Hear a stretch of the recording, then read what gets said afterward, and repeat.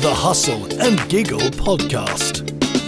Welcome to episode 3 of the Hustle and Giggle podcast, our first episode where we welcome a guest to join us. We're very excited today, but more on that later. We figured it was time to shake things up a bit and let someone else in on the fun. I actually can't believe how quickly these 2 weeks fly by, so clearly we are having loads of fun doing these podcasts. So, what have we all been up to? Karma, what have you been up to? So I got it wrong last time. I hadn't been to the marathon, but by the time this one comes out, I would have been to the marathon to watch my sister. What else have I been up to? It's been Easter, so yeah, I annihilated some chocolate on Sunday. I'm not going to lie, That was lovely. Best What did thing you ever. I had mini eggs. It was really exciting. Yeah, just a bag of mini eggs. I was walking whilst I ate them, so I kind Naturally. of balanced and all Is of that. that it? Yeah. If I was demolishing, I would have had 2 or 3. Do you know, I thought I was going to go hard at it, but actually, no. I think when you can't have something, you want it. And then when you can have it, maybe you just don't want it. I don't know. So, yeah, I did that. What else have I been doing? It was my daughter's birthday, so we did interactive darts at Milton Keynes. Has anybody done interactive darts? Oh, no. No? Thoroughly recommend it. That was good fun. And golf. What else have I been doing? I've been growing my vegetables. So my courgettes are looking like some bad boys. I've been running again. I've started that again, actually inspired by our guest, but more on that later. And so my historical nerd again. So there's a thing called a voice map app, which is a history audio tour. It's linked to your GPS, so it's real time. So we did that over the weekend, and we did the Great Fire of Woburn walking tour. So you listen to it in your ears, and you look down alleyways, and you're basically like a total weirdo. But yeah, that was good fun. I love that. And that's it. That's quite a lot, actually, for me, for a Yeah, change. it Woo! Can we just go back to the interactive darts? Is that the same place that they do the axe throwing? No. Oh, my God. No, No, I've that's done good, though. Yeah. I've done axe throwing. With real axes. Real axes. Yeah, Yeah. that's pretty cool, It's isn't brilliant. it? It's Yeah. really difficult, though. It's nowhere near as easy as you think it's going to be. It's not just throwing an axe and hoping it lands. It's literally, I think it took me something like 15 attempts before I got my axe to stay. Did you imagine a face at the end? Because I found that helps quite a lot. Well, it's funny you should say that. Do we ask what Yeah. face? Whose face? Sorry. Won't Whose be George face? Clooney's, will it? No, of course it wasn't. Oh. What about you, Leslie? Not as busy as Karma, if I'm honest with you. We had a family get together to say goodbye to Claudia, so she went back to Australia, which was quite sad because she's a lovely, lovely young lady. So hopefully we will see her again very soon. And then big news, obviously, is that it's my 10th year anniversary of Tracer Finance, which was amazing. So very exciting. So, doing lots of posters and stuff on that. And then I decided that actually we could, for the anniversary, I've dropped all my interest rates to 9.9 APR, which is great. So I had interest in a beautiful Porsche Targa that someone was buying. All good news on the finance front. So, drop them down. Fabulous. Brilliant. So everyone needs to go out and buy a car. Yeah, That's please. the moral of the story. And come and I get heard a 9.9. Porsche. We need to do a Porsche. Okay. It was a very Sorry, nice not one sorry. too. But yeah, that's me. What have you been up to? Well, do you know what? It was really interesting because I did a workshop recently that was run by Boss Mums as part of the Boss Mums group, and I thought I must bring this up today because I learnt that 40% of the UK population now listen to at least one podcast every week. Wow. Let's hope that 39% of those listen to Hustle and Giggle. God, and if not, why not? If not, why not? And the most popular genre is comedy. We've cracked it. Brilliant. We do lots of Accidentally. laughing. Oh, brilliant. I did ask you the guys the other day, didn't I, if I laugh too much. So I do apologise if I do, but I think it's great. And if that's at the top, so why not? Absolutely. We're Yeah, going to you do crack lots on. of laughing. Fantastic. What about any recommendations? Any new stuff? Anything we've done? Anywhere we've been? Any books we've read? Any shoe shops we've been to that we like? Anything that we want to share with our audience this week? Well, someone was telling me about, they called it chicken wine. I actually haven't tried it yet, but apparently it's the new lovely red or rosé wine. I will go and try it for next time and I'll let you know what I think. But it's called chicken wine because it's got a picture of a chicken on it. It's sold in the supermarkets and stuff like that. Not very expensive, but apparently it tastes amazing. So I might actually do that this weekend. Do you have it with chicken then? No. It's purely because it's got a picture of a chicken on the front. So thanks, Jane, for that. But yeah, I was told about it. And I literally Googled it and it's got a picture of a chicken on. Wow. Only reason why it's called chicken. Well, there we go. Wine.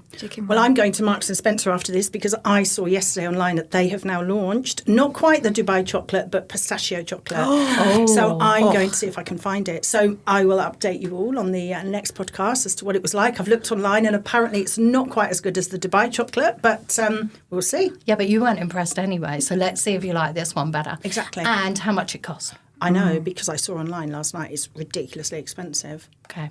Did. $8.99. What? Oh, that's ridiculous. I mean, yeah, okay. You keep us up to date. Anyway. I'll Keep come us with involved. you and you can give me a little sliver. Yeah, absolutely. Come with me. What about you, Karma? Yeah, nothing, because I peaked too soon and talked about my voice map app, didn't I? So I've got nothing else. That's my new thing. Just pretend that, slot that in there. Yeah, Oh, fantastic. that's it. Yep.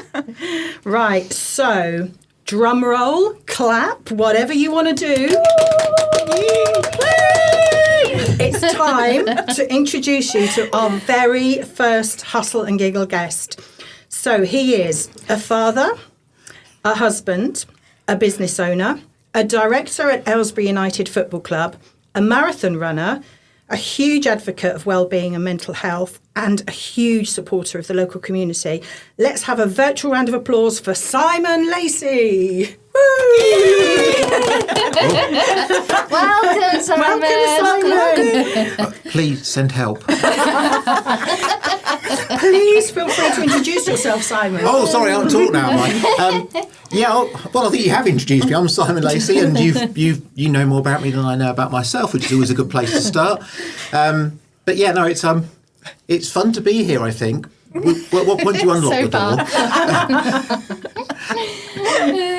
But I have to say, I do love your recommendations.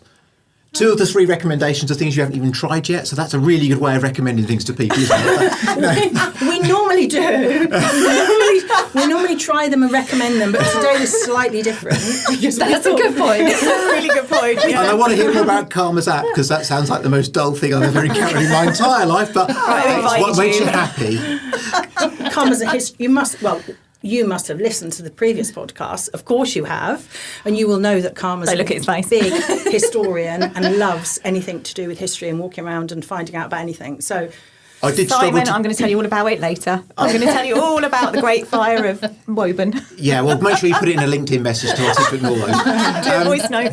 Yeah, I struggled to get past the sperm facial on the last podcast, so I'm sorry if I thought you were looking quite young today. I look all right for 73. So on a serious note, though, tell us about your marathon running, because I sort of know the story about how you became a marathon runner, but I'm sure our audience would love to hear more about what you do, why you do it, and all the marathons that you've run so far. Oh, that's a really difficult. Well, yeah, I'm a marathon runner because I put one foot in front of the other for an incredibly long period of time until I fall over. Ultimately, my life was. God, don't want it to sound too grandiose or anything, but I was diagnosed with dyslexia at 47 years of age. My mum had not long passed away. And I suddenly come to this realisation at sort of middle age that I wasn't naturally fit and naturally healthy anymore. I deluded myself for a number of years on that. So I decided to sit there and go, what's the hardest thing I can think of doing and what thing do I hate most? And it was running. So I decided it'd be a really good idea to be a runner for some reason. And that's really how it started. And running obviously is clearly physical, but it's also mental. So the mental challenge of going when your body is actually telling you want to stop because it hurts. And I don't think anyone can run a marathon and say it doesn't hurt. It's just degrees of pain. And that was kind of the primary thing to build resilience and become more resilient in life in general. So the skills you learn in running are skills that you can apply to everyday life, running a business, being a parent, blah, blah, blah. All those kind of things. You can use that resilience to to have a better life, a better quality, or manage life's challenges in a more effective way, I guess. I've run one virtual marathon because I didn't get into London like most people, and I've got into Berlin 3 years running on the ballot, which is given it's one of the majors, is really quite freakish. And one time I ran it with COVID, which I didn't realise till I got home, and that felt lovely. Wow. And this year I'm due to go over to Riga in Latvia in a few weeks' time to run the Latvian marathon. But the Birmingham half marathon first, for supporting my niece who is raising money for the Birmingham Hospice, which is obviously a great cause. That's brilliant. Wow, that's and amazing. what does your kind of run up to the marathon look like then? How many times a week do you run and things? Or normally, actually, how many? Normally it's 4 times a week is my normal running schedule. Today I did nearly 10k, 6 miles-ish this morning, which is great because you get nearly 10,000 steps in before 7:30 in the morning. That's a great start. So usually it's 4 times a week. There'll be a couple of faster sessions, an easy one. And then the weekend is usually the long run. And Saturday I've got to run 33k, which is 20 miles, which I'm absolutely dreading. Wow. How long do you think that will take? Or how long do you hope? I was thinking Tuesday. Right, make a note. No, it'll be it'll be something like 4 hours, I should think. Perhaps 4 hours-ish, I should think. And do you run with music or podcasts? Or what do you I listen usually to? find my legs work best. Okay, my questions are not great. No, I have to say I do tend to run with music, but it's interesting. From when I started running, I didn't listen to music because that was part of the resilience of making me listen to my body and the body going, don't run because this is horrible, and actually overcoming that, going, well, I'm still going to run. I don't care what this part of the brain is telling me to stop doing stuff. And obviously most races, I shouldn't say obviously because it's not obvious unless you've done it, but most races don't allow you to have headsets on and stuff. So I will run without anything, and which is great because you meet some fantastic people in the crowd and stuff when you run marathons. I never knew that. So you're not allowed to have any kind of headphones or You're not anything on? supposed to. Lots of people do, but I prefer not to because I want to hear the crowd. Oh, I had no appreciation There's of that. certain ones because Nicole and Anthony run the half marathon, and they were allowed a certain make. Yeah, the ones that don't go in your ears. Oh, really? The shocks or whatever they're called, which are no idea. bone Yeah, conductivity. I know exactly the ones you mean. But it changed, didn't it? I think you used to be able to, because I remember when I was super fit back in sort of 2016, you could run with them in, and but then you didn't hear people coming up behind you, or in my case, coming up behind me. 2016, Yeah, what did you tow a hi-fi with you? Some vinyl. And a speaker on There's the a bump there. I've put the needle back. What are they called? Are they beatboxes? What are they? Boom boxes? Yeah. What are they called? Yeah, beatbox on my shoulder as I run along Willen Lake. Yeah. But you do miss out. And that I would serious? always advise people not to wear them. If they're going to race, don't wear them because there's a crowd. And Berlin last year was the 50th anniversary, so 50,000 people run. It was at the time the biggest marathon ever run. It's amazing. The crowd, they shout your name, they cheer you on. So I've been called Simon for about 4.5 hours. But they engage with you. And it's a huge part, and the kids are shouting and want to high five and stuff. And that's again, it's a way of putting back. You should, people have turned up to go and cheer you on. Yeah. You can interact with them. That's Part nice. of your Yeah, payment boost. for being part of it all. Oh, wow. That's nice. Yeah. Well done, you. Thank you. I don't know if you knew, but we run also, Karma and I, with a running group in Aylesbury. And I started in August last year. Oh. And you're absolutely right. My brain tells me that there's no way I can keep going at my age, and everyone else is sort of like just taking it easy and looks like it's so easy, but actually it's very difficult. And when I'm saying I'm going to stop, and you have them sort of encouraging you on is amazing, and it's the only thing that keeps me going, if I'm honest. But that's that. The one thing, the comparison is the thief of joy, and that saying is really, really true to run. Well, probably to any sport, but I happen to know running. Is that actually, if you look at what other people are doing, that can really make you stop enjoying what you're doing, because do you? And if you take an hour to do 5k, that's still 5k.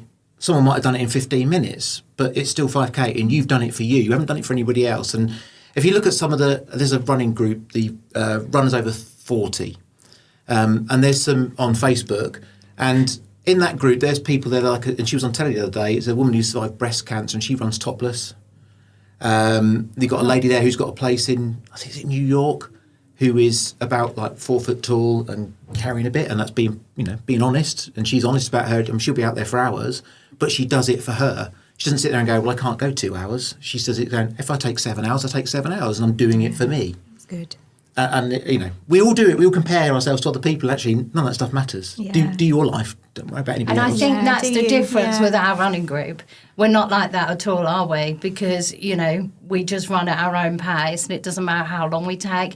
And the others sort of run back and, we have conversations. And before you know it, it's over. But I would find it much more difficult running on my own. I know what you're saying, but I find that they're the ones that are pushing me through. So what does that tell you then? If you find it difficult to run on your own, what should you do?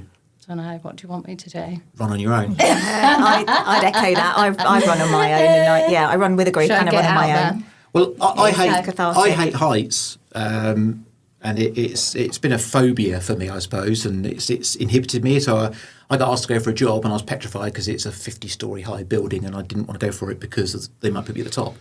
It got that bonkers. So I firstly climbed over the O2, and secondly did go ape because I don't want to do it, and just face those things down because everyone goes, oh, I can't do public speaking. Everyone could do public speaking. What do we all do all day? We chat to people. Well, I don't. I sit in the office at home, but we chat to people, and it's natural. Just because there's 50 people there listening to you rather than 5 doesn't make it any different. That's brave, though, to face into those things like you've done. Very brave. Yeah, most definitely.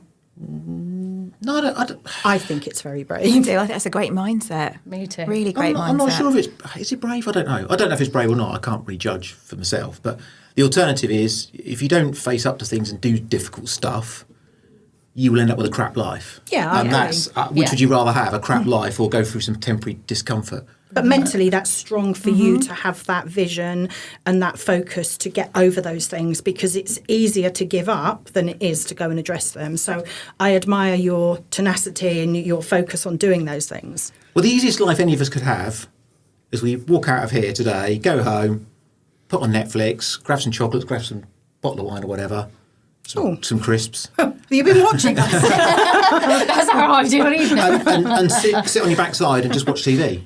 But that's not what any of our bodies are designed. That's what mentally. I mean, none of these things are. Obviously, there's times in your life where you might just need to bury yourself away somewhere and recover or whatever and heal. But actually, that is our bodies are designed to move. Our minds, we're designed to interact and connect. Hence I've come on quite a journey. I was always quite a bit sniffy with community, and now I realise personally how important community is, and it's something that's a slow grow for me. But it's suddenly realised, well, actually, communities like your running groups, you grow, and they're encouraging you to do something you would find difficult, and you do it, and you socially interact, and all those things are really important for people. Yeah. 5 years ago, we were sat in our houses, and to be honest, I was very happy sat in a house on my own, well, with my family all day during COVID. But actually, that deprived people of that social interaction, which is so important for what we're doing here. We're so man since the dawn of time sat around a fire chatting and telling stories and making each other laugh. It's nothing new, but that's why it's important. Yeah. And that community bit, that's really interesting, because I met you as part of a community, a networking meeting, a couple of years ago, and you're a big part of the community, and you volunteered for a lot of things in the community as a give back, don't you, which is great. Yeah, again, as I said, it's part of a journey. But the whole community thing is community. People tend to need a hook to get involved in the community. And that's why I'm so passionate about the football club, because it's a hook for the community. It's a reason for people to get involved. We can all sit there and, again, take the Netflix option and not get involved and sit there and moan about the litter in our street or the fact this is not very good, that's not very good. And we all also have a part to play. And it's almost like, a single coal burns, but it doesn't give off much heat. You get a load of coal together and it burns, then it gives off a lot of heat, which then changes lives. And the football club, and it might seem bizarre, but the football club does change lives. We've had a lad come along who, we got the Pan Disability team come along. Another lad comes along with his dad now, and he's very much part of the club. And that's possibly someone who would be considered as part of the sort of more isolated and excluded members of our society. but they come and they belong, and he comes up and grabs my hand and he wants to go and take him to meet the players and stuff, and that's great. And that's one life that's better. Yeah, Wow. that's brilliant. And if we all made one life better between us all, look how different the world would be. Yeah. One life. Wow. You say, Yeah. you speak wise words. Yeah. Well, I do sometimes, or I try. And is there anything that we can do to help to get involved with the Aylesbury United Football Club? Do you want us to follow you or? Have you got any boots? Boots? No, I What are you doing on can't. Saturday afternoon? Put some boots I on. can't play football. Well, what were you? can run You round. can't. You just said you Well, can't. yeah. Yet. I You can't do it know. yet. I can't do it yet. Yes. You know, I don't know whether you actually know, but the reason that I guess it resonated with me when Simon was looking for people to support Aylesbury United was two of my cousins used to play for Aylesbury United first team, and my whole family lived, slept and watched Aylesbury United every weekend. And when I first met Simon, he started talking about Aylesbury United. I thought, you know what, I'm going to help because there's a connection. Nice. That was the connection, but for me, for my family, that played a huge part in the 80s in Aylesbury United. Oh, most definitely. I mean, we were the same. So when I first met Kevin, all them years ago, we used to go down there as a family afterwards. To the social club in the evening. Did you? Yeah, and the odd times I'd pick Kev up from there and go off and do whatever. That sounds really rude. I don't want you to think what else we were doing, but I used to pick him up from there. But once we got the kids, we used to just go down there in an evening and have a drink and everything else and really get involved in it. It was sad if you look at it now, it's totally flat, isn't it? Oh yeah, the old one, I mean. But we used to do the previous one. So when it was based at Turn Furlong, that's when my cousins used to play. Okay, mine was by Watermead. Yes. Yeah, Right. but apparently they are excavating that land. That's up for sale again. I won't tell you what the price is because it's crazy. But that they're excavating there because that's Holman's Bridge is rumoured to be the site of the Battle of Aylesbury, which some of the history. Oh, there's your history. Let's go I know down. you can't see this, but Karma's now has gone bright red. And she's going, Waving her hand.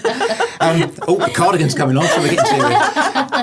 And again, it's history, and you asked about what other people can do. I mean, it's look, you can look at it and go, it's a little non-league football club that plays out of Chesham, has a tiny budget and has ups and downs, mostly downs this latter part of the season on the pitch. Yeah, that's true. But a football club, it isn't just about kicking that ball around. A football club is about bringing people together. If you look at why I started supporting Aylesbury United in, 89 was it, when I moved to the town, I'd had no social life because I didn't know anyone. I literally didn't know anybody in the town. So I started going to watch football, and that is now my friendship group. So we go for lads' weekends away, and we were going out for a curry on Saturday night, all that kind of good stuff that goes on. We met up the Buck Showman for a chat and whatever. And that's all part of that social interaction. So that's come from the kicking around the ball. And I certainly from my life's gone through loads of iterations since I've known those people, and they've been great support. And I know men don't like to talk about that they feel things. They sit there in the corner and go, yeah, that's nice. And that's about the extent of it. But, men do need support, and they do need to have those conversations and just reach out. And even if it's just going, let's go and watch the footy at the pub and have a pint. That's so important. You can build these social networks that don't involve social networks on your phone, which are pretty toxic. But that's what the club needs to be in the heart of, and it needs to be a vehicle for driving change in the community to make Aylesbury a better place to live. We're stood here in Bucks Radio, another part of another community function that gives and delivers for the community. And it's easy for people to sit there and decry what the community does, but actually get involved. 10 more people getting involved makes a huge difference everywhere, and whatever it is, whether it's a scout group and brownies or, that help run the PTAs, etc.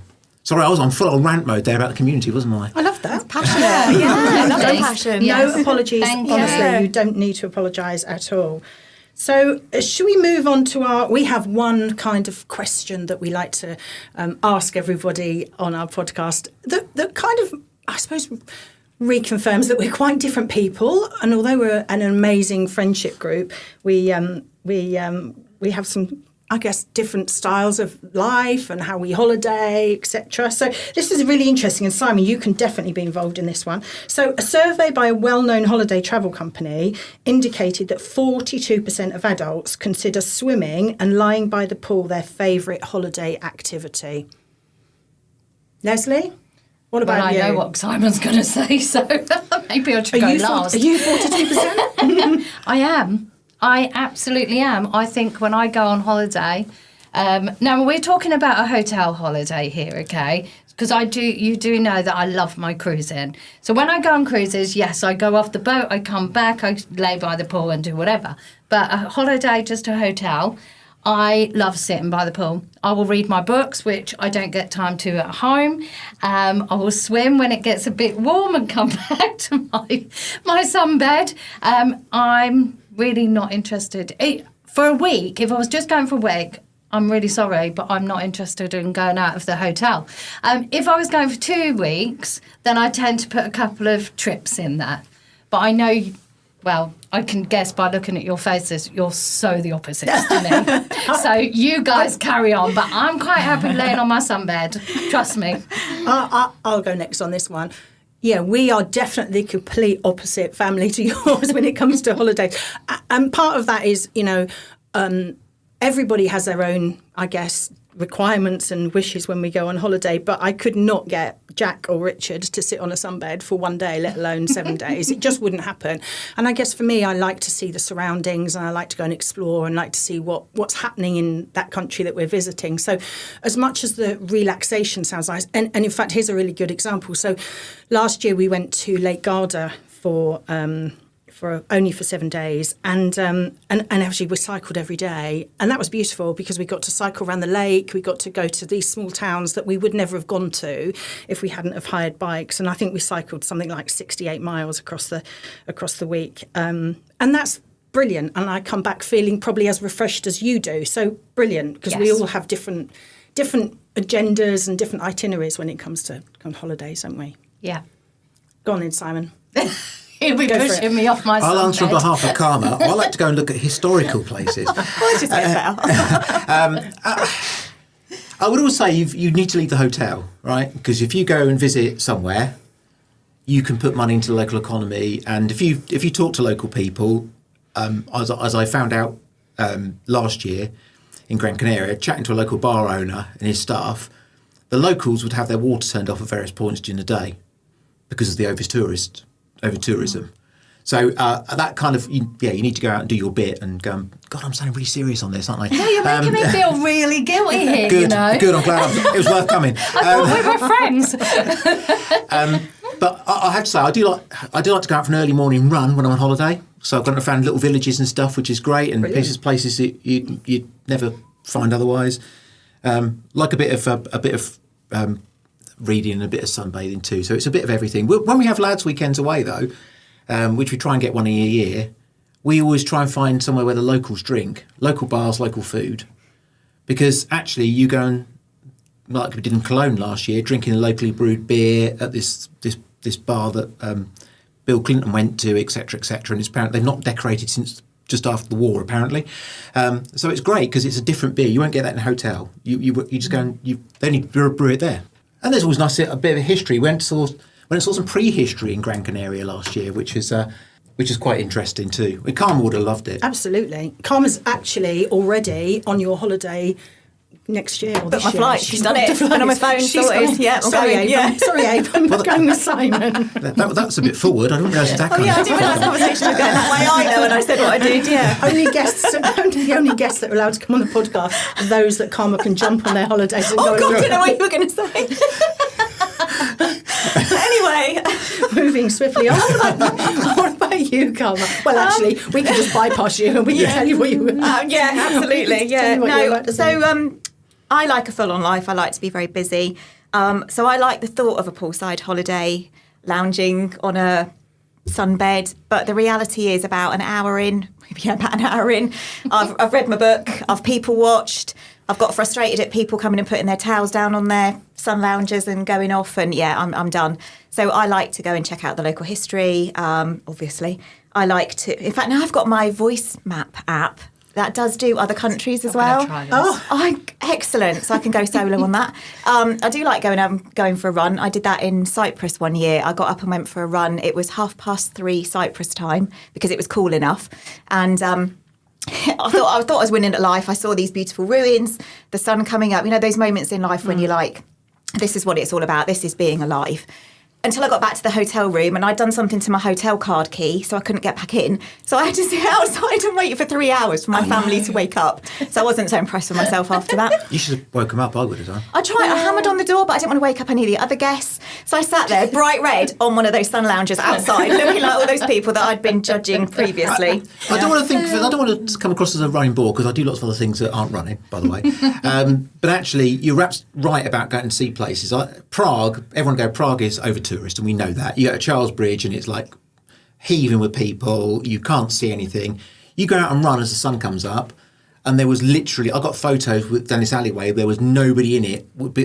An hour or so later, it would be just rammed of people, and there were people having their wedding photos taken on the bridge. They were making a film on the bridge as well, Charles Bridge. Wow. So it's a great way to see a city completely different to what you would see if you just stick to sort of tourist time and get up and have your full English at 10 o'clock, like some people in this room do. Well, that just concludes that, doesn't it? I mean, I just got to go on 2 weeks holidays, not just one. And I will do takeaway from everything, wasn't it? I did most definitely. That's so funny. Funny. But the great thing about being dyslexic is my concentration span is about 20 seconds. So actually, if I lie on a sunbed, 20 seconds later, I'm bored of that already. And if I go and get the pool, I'm bored of that in 20 seconds. So it's, go back on the sunbed. Yeah. It just carries on like that. That's my world. I think you should learn how to people watch too, because that does take a lot of time up, and I love it. So, hey ho. But let's get off the subject of holidays now, I guess. Simon, we just have a couple of quick questions for you. Indian or Chinese? Indian. Starter, main, or main and dessert? Starter, main. That's been a change in my life. I was all dessert man, but now I'm a starter and a main. Oh, interesting. And money or happiness? Happiness every single time. Tell by that. Money's just numbers. And obviously it's a great enabler for you to do stuff. But actually, ultimately, if you're unhappy and you've got money, it's not a great life, is it? No, absolutely. I agree with you. Totally. Yeah. Thank you, Simon. Thank you so much. I've really enjoyed listening to you, and I know you, and probably learnt some things there that I didn't know about you. So thank you so much for your contribution and being our first guest. An honour. That was much more serious than I thought it would be. We thought we'd talk about tend to stem broccoli and stuff like we were before we came in, because that's how we roll.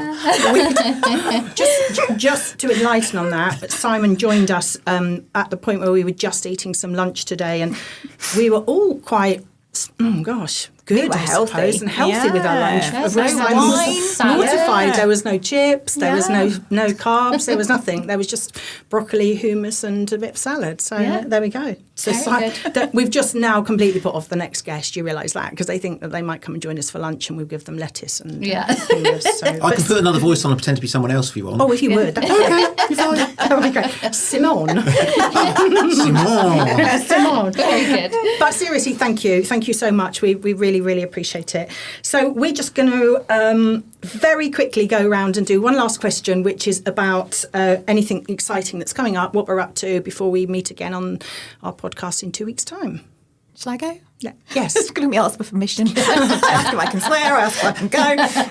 So obviously the marathon, I've already done that one to death, but we are going to watch that. And on Monday, so talking about what you were about the community, Simon, my business sponsors Florence Nightingale Hospice Charities Forever Flowers up at Waterton Manor. So we're going up to look at those. And normally we just sponsor, but this year I've dedicated one to my nan, who passed away a year ago tomorrow. So that kind of just gives it something else. So that's what we're going to do. And then it's more one-to-ones, which we all know how much I love my one-to-ones at work. And that's it, really. Yeah, so it's a bit boring. What about you, Leslie? Yeah, we're all good. We've got birthday in the house. So, we're going to celebrate birthdays on Saturday, but obviously by the time this goes out, we all know that it's on a Tuesday. We've got that, and we've got some networking tomorrow, which I'm excited for too. Get back into some networking, catch up with everyone. Yeah, likewise. I've got a few things. My birthday is going out next week, the day after this Happy launches, which is good. So that's exciting. I can't believe I'm 21, but you know. Neither do I. Back to that facial. Always trying to get a joke in there as quick as we can. I'm sure the facial will come in again at some point. And lots of various things going on. Looking forward to a breakaway, so working hard to get on top of everything so that I can have a few days off. And yeah, lots of stuff really, but nice stuff, nice house stuff, family stuff, and a few days away, which is lovely. I'm really looking forward to that. So that's a wrap. Episode 3, we are done. So thanks for tuning in, whether you're chilling, commuting, or just killing time, really. We really appreciate it. And thanks again to Bucks Radio for their expertise and support.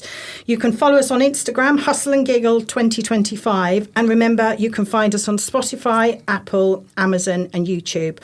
Stay curious, stay kind, and keep up the hustle and giggle, everyone. Bye. Bye. The Hustle and Giggle Podcast.